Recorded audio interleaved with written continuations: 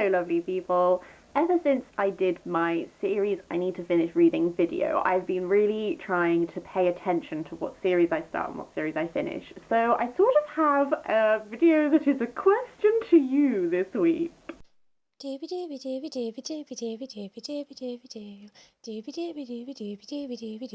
Sophie Vlogs. Essentially, there are books that I have read that are parts of series, and I don't know whether I should continue with these series or not because I have mixed feelings about them. I'm sort of making this video to put them all into one place, and I'm hoping that you guys might be able to give me some feedback if you've read any of these series and let me know, like, if the things that have given me hesitancy continue, and if I should, so therefore I should not read the series, or if they improve, if those things are addressed, if they're like just really good series to finish. So I'm just gonna sort of go through some books and give you my thoughts, and I'm hoping that this will be a little bit of a conversation and you guys can let me know what you think. I'm gonna start with Gregory Maguire's Wicked series. If you have seen my recent video, which was my thoughts on Son of a Witch, which is the second book in the Wicked series, you will know that I have an internal conflict at the heart of reading this series, whereby I don't own the first book anymore, Wicked. I gave it away to a charity shop because I thought I'm not going to continue with this series. Time passed, the things that I liked about the series continued to stay in my brain. So I read Son of a Witch. I had much the same experience. I won't go into that one too much, I'll go into the other ones more, because I will leave a link to that video down below so that you can just listen to that, because I go into it in a lot more depth. But essentially, there are things that I love about the series, and there are things that I find difficult about the series, and I don't know whether to continue. So I'll skim over that one, because that was essentially what that entire video was. But, moving on to other ones, I'm going to start with a booktube favourite. Shadow and Bone by Leah Bardugo.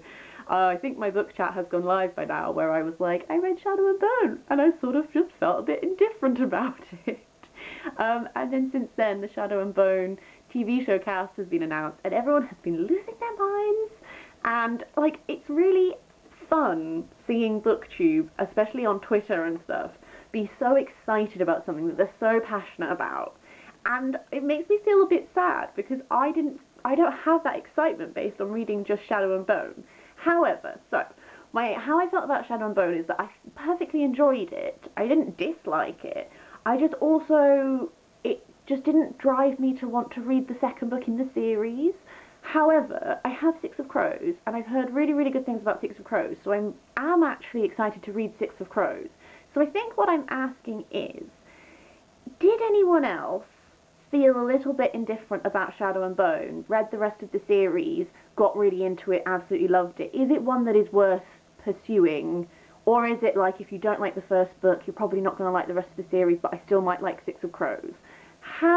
Let me know how you navigate that. I know loads of people love it, which makes me feel like, you know, there is no wrong reading experience because it is your reading experience. However, maybe I just wasn't reading it at the right time. I don't know. Maybe my expectations were too high. That does sometimes happen. I would love to hear your thoughts on that because I have conflict in myself. Moving on to, again, another booktube favourite is Illuminae.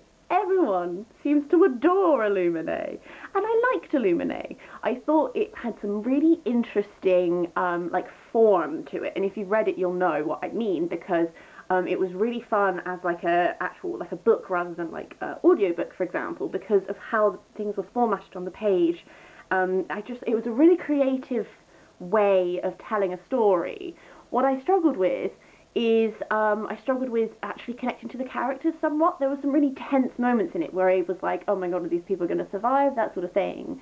But at the same time, I wasn't really rooting for the core relationship there because, and I don't mean this as disrespectful to any teenagers watching this, it felt very teenage to me, which is one of the reasons why I think it's a really good book for teenagers to read, because they felt very authentically like teenagers. And sometimes you read YA books and the protagonists are supposed to be teenagers, but they don't feel like teenagers. They feel sort of a bit like adults who are just being made to be like 16. Whereas these guys felt like teenagers. There's a bit of immaturity there. Like, some of the conversations they had made me cringe a bit, because I was like, oh god, I've been this child on MSN having these embarrassing conversations whereby you use words that you probably shouldn't be using about people and stuff like that. So I enjoyed it, but I don't know if I enjoyed it enough to continue. I have heard from watching other people's booktube videos that there is a tendency to sort of repeat similar sort of plot structures in the rest of the series. But I haven't read the rest of the series, so I don't really know what that means. So again, if you read this series, do you think because I just felt a bit fine about the first book that there's not really much point me continuing, or do you think there's a lot to be gained from continuing? Let me know, because my library has all of the books and I got the first one out from the library in the first place, so like I can continue it if I want to, so I would love to hear your thoughts. Another one which I just feel like I keep reading out books and I'm like, this is a BookTube favourite. Crazy Rich Asians. I read Crazy Rich Asians for Pokemon Badger-thon, and also then my work book club, we talked about it there. And a lot of us in book club had a similar experience whereby there are things I really like about Crazy Rich Asians, and I was like invested in finding things out.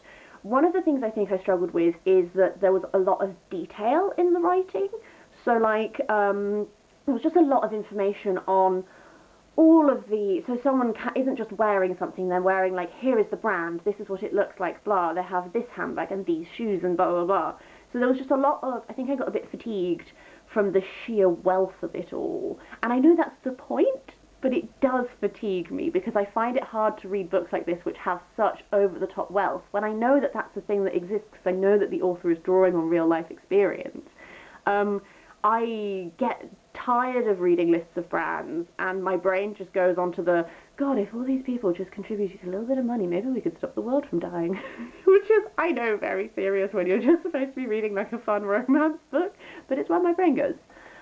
In regards to the romance, one of the things I did also struggle with is sometimes I struggled with understanding who Nick and Rachel are as a couple, and I think again that comes from, it slightly baffles me that you can take your girlfriend to another country to meet your family and not give her any information on your family despite the fact that you've been together for ages.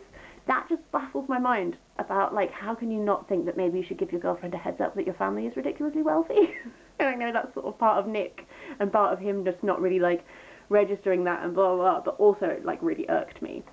So, like, when I finished the book, the ending, and I won't spoil it, but the ending, like, I wanted more information, but I realised that that's what the second book is. The second book is continuing that story. So again, do these sort of things that I have said that are things that stop me from absolutely loving the book, do they crop up a lot in the rest of it? Is it worth it because the way the story goes is really good? And I know that it's not just a story that is focused on Nick and I'm just about to call him Nick and Jess, which is New Girl. What? I know that their romance is not the fundamental core of the story. We are seeing lots of different perspectives and, like, that sort of thing. Just let me know your thoughts. This is how I'm, like, trailing off with all of these. It's like, what do you think? Should I continue? I don't know. My next one is the Agatha Raisin series. I read the first Agatha Raisin book, and I wasn't expecting the humour to be quite what it was. Agatha Raisin is, like, a murder mystery book where this woman moves to this small little Cotswold town, a murder happens and she sort of helps to try and solve it to sort of clear her name because she's implicated. And I think one of the things I struggled with is I expected the humour to be slightly different. That was just like a small struggle, but actually I'm wondering if, because I now know what the humour is like, even if it's not necessarily the humour that absolutely makes me giggle, I'm wondering if, because I know what it's like now, it won't have that awkward adjustment thing where sometimes you go in expecting something and then because it's different, your brain just, like, takes you a while to get back into it because your brain is like, this is different, this is different. I'm wondering if I won't have that, if I might enjoy the series more going forward. Do you have to read them in order? Are there particular highlights? If I was to dip back in, is there a particular one, because I know there's loads of them, is there a particular one you would be like, you should try this one, and then if you don't like that one, you won't like the rest of the series? Let me know. The next one is one that again is a BookTube favourite. This whole video is me working out the fact that I've read books that BookTube loves that I didn't really love, but I also am not sure if maybe I just didn't read them in the right time. The Bone Season by Samantha Shannon. I really struggled with The Bone Season. I think partly I felt a bit like the world felt very, I felt like Samantha Shannon really knew what the world was, because there were lots of references to all the different types of, like, clairvoyancy and stuff like this, but I felt a bit lost. Helped partly by the fact that I didn't realise there was an index at the back which explained to you what all the terms were. because I don't flip to the back of the book before I've read the book. So I finished the book, and then I found like the glossary of terms, and I was like, oh, this really would have helped me.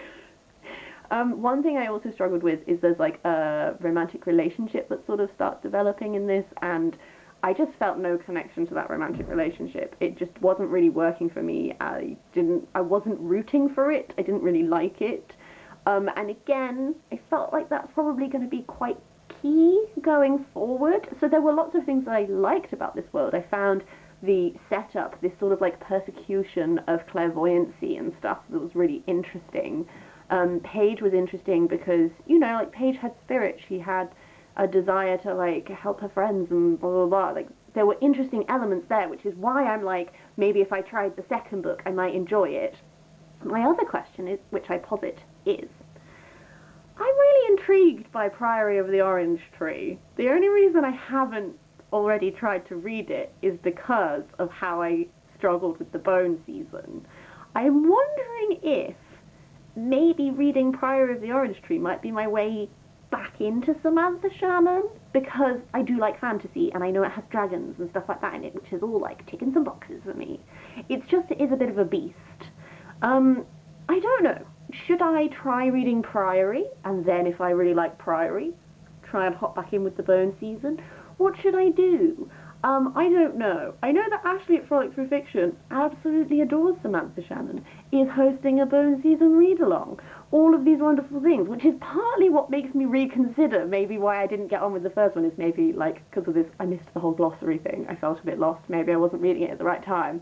I'm just like, Samantha Shannon's one of the key ones who I really feel like if I gave it another shot, it might work out well, because I really like her Twitter presence. She goes on stuff on Twitter, and I'm like, yeah, you seem like a great person. I like you. So that's one of my key conflict ones, and I'm sort of hoping for an opinion on, like, should I try to read Priory? I don't know. This is just me having, like, an extended breakdown over what books I should read. I have two final books to talk about. The penultimate book is The Sword in the Stone by T.H. White.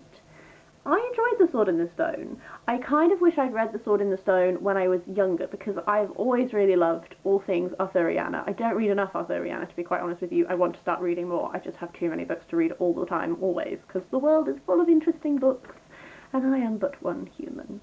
But Sword in the Stone was a lot of fun to read. I wish I'd read it when I was younger, because I think I would have adored it. Towards the end, I got a little bit, I was like ready for it to end, which sounds bad. But, like, it's quite episodic.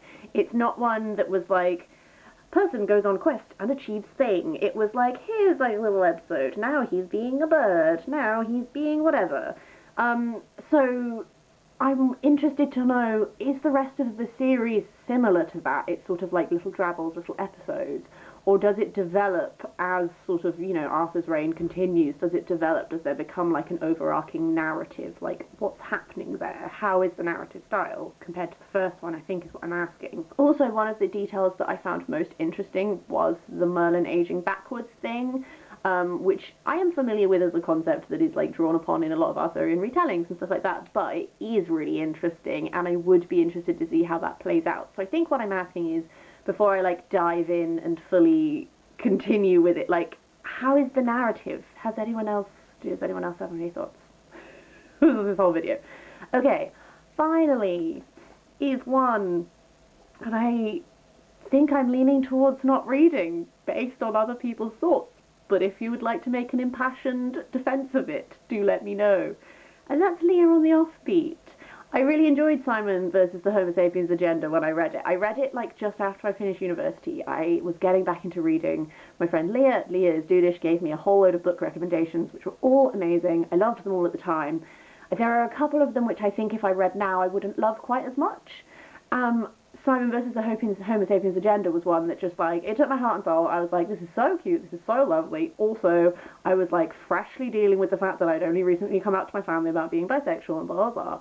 So, like, having a teenager who was also navigating, coming out, romance, that sort of thing, I was like, it was one of the first books that I properly read that was doing that while I was doing that. So I really connected with it. I was really excited when Leah on the Offbeat was released, because I was like, ooh, bisexuality, hello. what happened is I've heard a lot of people's reviews on BookTube that there are just some things which are not handled very well, and I feel like there is a lot of people who are disappointed by Leah on the Offbeat, and now I don't know if I want to read it. So, like, did you love it? Did you not love it? Do, in a non-spoilery fashion, let me know in the comments down below. Yes. That's my overriding message for this video, I think. This is me being like, blah, blah, blah, blah. Really what I'm asking is, like, how did you feel about these books? Are they worth continuing based on the things I have said that were things that I struggled with? Do let me know all of your thoughts in the comments down below. I would really appreciate it. Maybe I'll make a video follow-up that's like the ones I do intend on reading. I don't know. How are you also with reading series? Because since I made that video where I was like, good lord, here are all the series I haven't finished, I really try to make more of an effort to like stay on top of what series I've started and either consciously be like, okay, I'm choosing to no longer continue with this series, or consciously be like, okay, I will make an effort to check my library, see if my library has the rest of the books in the series, see if I can finish the series, that sort of thing. So, that's it. This feels like it might have been a bit rambly. It feels like one of my more chaotic videos. I hope you're having a nice day. I'll see you next time. I'll hopefully be more with it next time. Have a good day.